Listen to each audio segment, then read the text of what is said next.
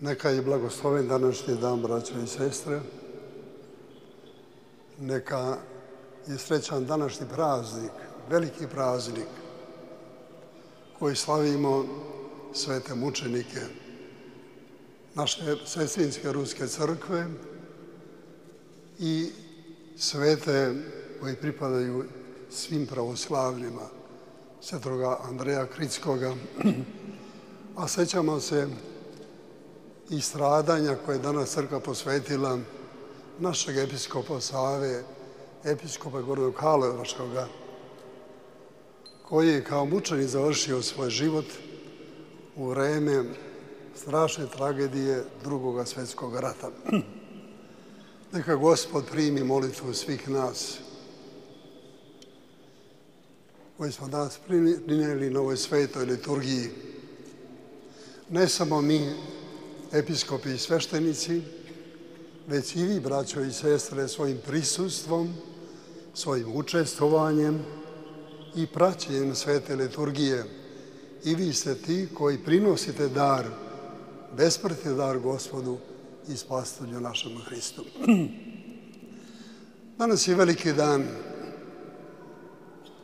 za našu sestrinsku rusku pravoslavnu crkvu i za ruski pravoslavni narod. Ovaj dan je posvećen sećanju na jednu veliku dinastiju ruskog naroda, na dinastiju Romanovih, koja je Rusijom upravljala punih 400 godina. Tu su bile velike ličnosti,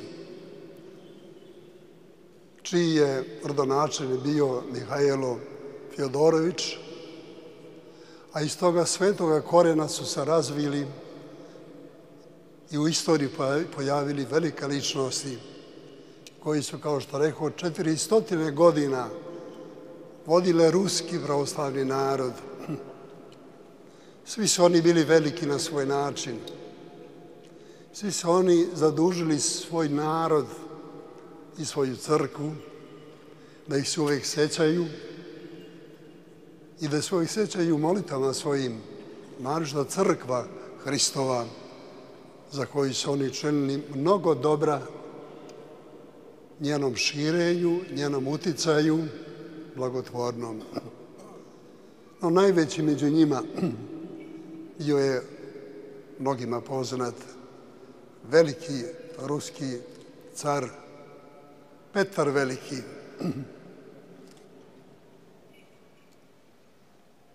koji je kao sa svojih 7 godina bio savladar svome bratu po majci,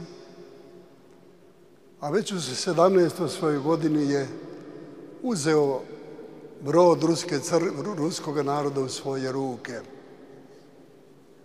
i učinio je Rusiju da postane velika carevina, ne samo za taj kraj sveta, nego gotovo za čitav svet tadašnji, svet Evrope i svet Azije. Veliki vladar sa velikim pogledima, koji je od samog svoga početka otpočeo sa reformama u ruskom narodu i sve reforme društvenog i državnog života uzeo je u obzir i učinio taki veliki korak u istoriji kulture i u istoriji ruskog naroda kao niko drugi od ruskih careva. Te reforme koje je započeo,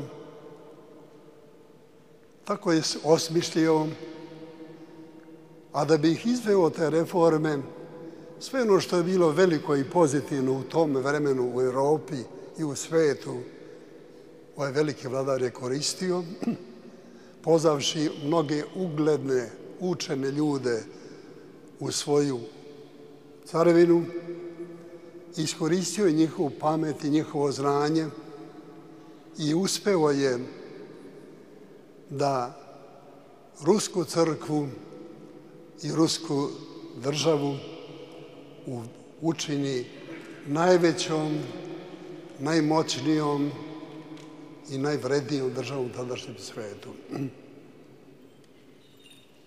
Ovaj veliki vladar je koristio sve umne ljude svoga vremena, pa čak jednog našeg Srbina, Savu Vladisavljevića,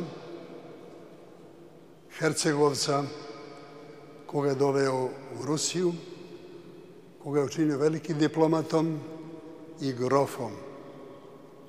A ovaj naš plemić, Sava Vladisavljević, je ruskom caru Petru Velikom poklonio jednog afričkog roba, mladog dečaka,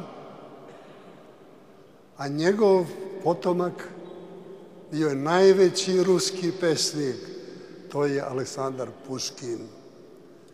Dakle, i tu mi Srbi imamo nekog udela u toj kulturi i na tom polju kulturnom. I ne samo njega, nego je prizivao i mnoge druge iz našeg naroda. Kada je umro je vrlo mlad, ne ostavivši naslednika sebi, tako da su kasnije garda i velikaši Rusije dovodili careve i carice sa većim i manjim uspehom, ali veliko delo Petra Velikoga nije nikada bilo ugroženo, nego su mudri carevi ruski, a bilo ih je veliki broj, doprinosili i širenju i kulturnom uzizanju velike carevine, ruske carevine. Njegovi naslednici kasnije, kao što rekoh, nastavljeni su njegovo delo sa manje ili većih uspeha. No, najveći među njima, najslavniji, bio je poslednji vladar ove velike i moćne i slavne dinastije. To je bio sveti velikomučenik car Nikolaj II, kome je posvećen današnji dan, jer je ovo jedan od velikih žalostnih dana, kada je ovaj blagočestivi car predan crkvi i veri svojoj i svome narodu, na najbesomučniji način on i njegova sveta porodica okončali svoj život. Bilo je to 17. jula 1918. godine. Dolaskom boljševika, koji nisu mogli da zamisle cara ni carevinu, ni crkvu, ni pobožnost u ruskome narodu, učinili su ono što su činili najveći neprijatelji naroda i crkve. Lišili su trona velikoga cara i njegovu porodicu. Predali je krajnjem poniženju. A vrhunac poniženja bilo je 18. juli, kada su ih posle nekoliko meseci mučenja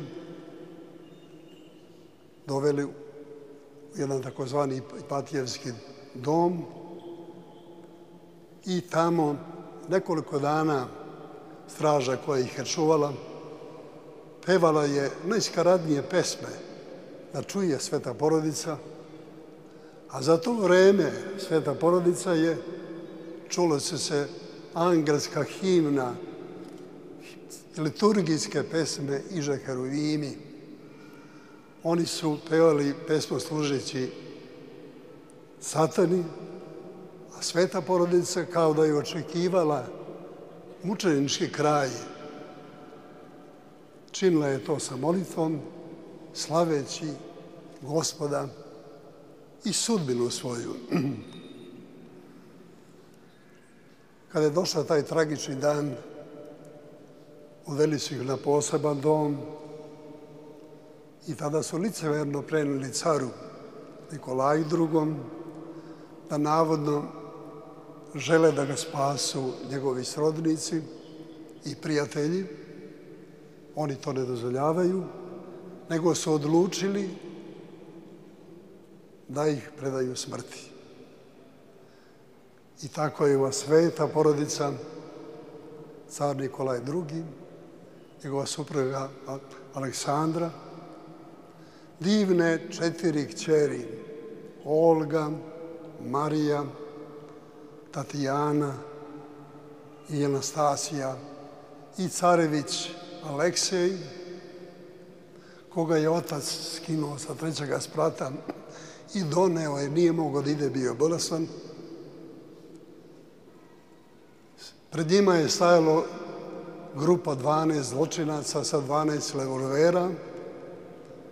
U jednom trenutku planuje je plamen iz njih i preko 70 metaka sručili su u svetu i nevinu porodicu boljševici.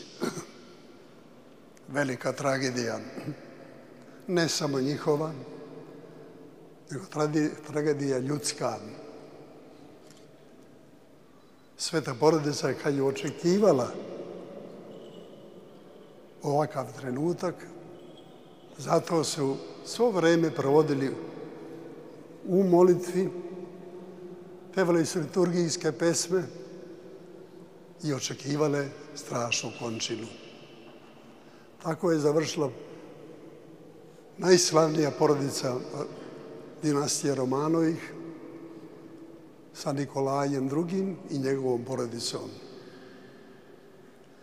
Bio je to ne samo njegov kraj carevine u Rusiji, već kraj i carske Rusije, u kojoj su mnogi narodi, pa i mi, pravoslavni, upirali pogled svoj, očekivali pomoć i zaštitu onda kada je to bilo najpotrebnije. Njihovom smrću su lišeni ne samo Rusija, jedne velike dinastije, velike ličnosti, već čitav pravoslavni svet. Sveta Ruska crkva, znajući vrline svetog kralja Nikole II, kažu za njega da je svaki dan počinjao molitvom, da se često pričešćivao sa narodom, da je živeo hrišćanskim i evanđelskim životom i zato je i kao takav dočekao da ponese krst Hristov i da se time pokaže da je dostaje njegov sledbenik zajedno sa svojom porodicom i mnogim žiteljima svete carske Rusije. Smrt cara Nikolaja II, kao što je to nekada rekao jedan veliki hrišćanski otac, bilo je seme novih hrišćana. Bilo je to isto vreme i znak i simbol sveopšteg stradanja ruskog naroda. Samo Bog zna koliko je u toj takozvanoj božićkoj revoluciji stradalo za veru i za ime Hristovo. To nisu stotine, to nisu hiljade, to su milioni ruskog naroda. Jeste lišena Rusija mnogih uglednih ličnosti, ali je dobila nebeska Rusija u značaju i u moći njenoj. Krv Nikolaja II i njegove porodice bila je snaga i hrabro za mnoge da isto tako pođu u smrt hrabro za ime Hristovo. I tako je završila istoriju ova velika porodica, ostavivši za sobom velika i slavna dela kojima će ruski narod živeti i izlaziti čitav svet da pokažu ko su bili, šta su bili i šta jesu i danas. Ruska crkva imala je u vidu njihovo mučeničko stradanje i proglasila ih je svetima i danas mi služimo liturgiju svetim iz dinastije Romanovih na čelu sa carem Nikolajem II. Oni su svetitelji i mučenici Ruske crkve, ali i svih nas, i zemlje Srbije, i svih pravoslavnih naroda. Oni su taj dar Božiji svima nama, kao i svi ostali mučenici iz istorije Crkve Hristove. Danas se molimo njima, da svojim molitvama zaštite svoj ruski narod i ne samo ruski, nego sav hrišćanski pravoslavni svet. Da ono što su činili za života, sada čine pred licem Božijim, moleći se za sav rod ljudski. A nama ostaje, hrišćanima današnjim, da se ugledamo na veru njihovu, na ljubav prema Bogu i veri svojoj,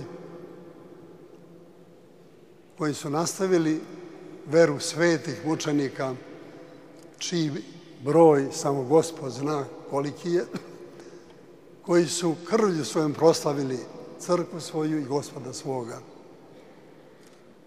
Danas Gospod njihovim molitvama vodi i rukovodi.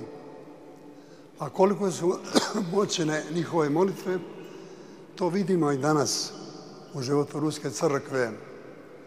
Vidimo danas da Rusija ponovo ustaje na svoje noge, već je ustala, da je Rusija obnovila hiljade i hiljade porušenih hramova, isto tako izgradila hiljade i hiljade novih hramova, da je Rusija vaskrsla, možda da kažemo da se vratila slavi svojoj i ugledu svome koje je imala i danas ima u svetu. Ona je uvijek bila zaštitnica naroda pravoslavnih, da ne govorimo koliko je baš ova porodica zaslužna za naš srpski narod. Pitanje je da li bi mi danas postojali da nije bilo svetog cara Nikolaja II, da nas zaštiti pred Evropom i da postavi kao uslov da srpska vojska mora biti primljena i prebačena preko mora i sačuvana pod uslovom da otkaže prijateljstvo sa Zapadom, sa zapadnim zemljama koje su činile komunvent tadašnji. To je veliko delo i možda njegovome stradanju i kraju te dinastije i doprinela njegova intervencija i zaštita našeg naroda, jer je neke izazvala i mnoge one neprijatelje svoje podgrejala da ustanu još više protiv njega i da potvrdi narod da se digne protiv svoga cara. Veliko je njegovo delo i zato nije slučajno njegovo ime i njegove porodice ušlo u kalendar, a to znači u nezaborav i u trajno pamćenje Božije i Crkve Hristove. Neka bi nas sve Gospod molitvama Svetog cara Konstantina vodio i rukovodio putem njegovim, putem svetih mučenika, da ostanemo dosledni tome putu, da bi i nas Gospod udostojio one slave i radosti koje je dostojio svojih velikih i slavnih mučenika. Slava im.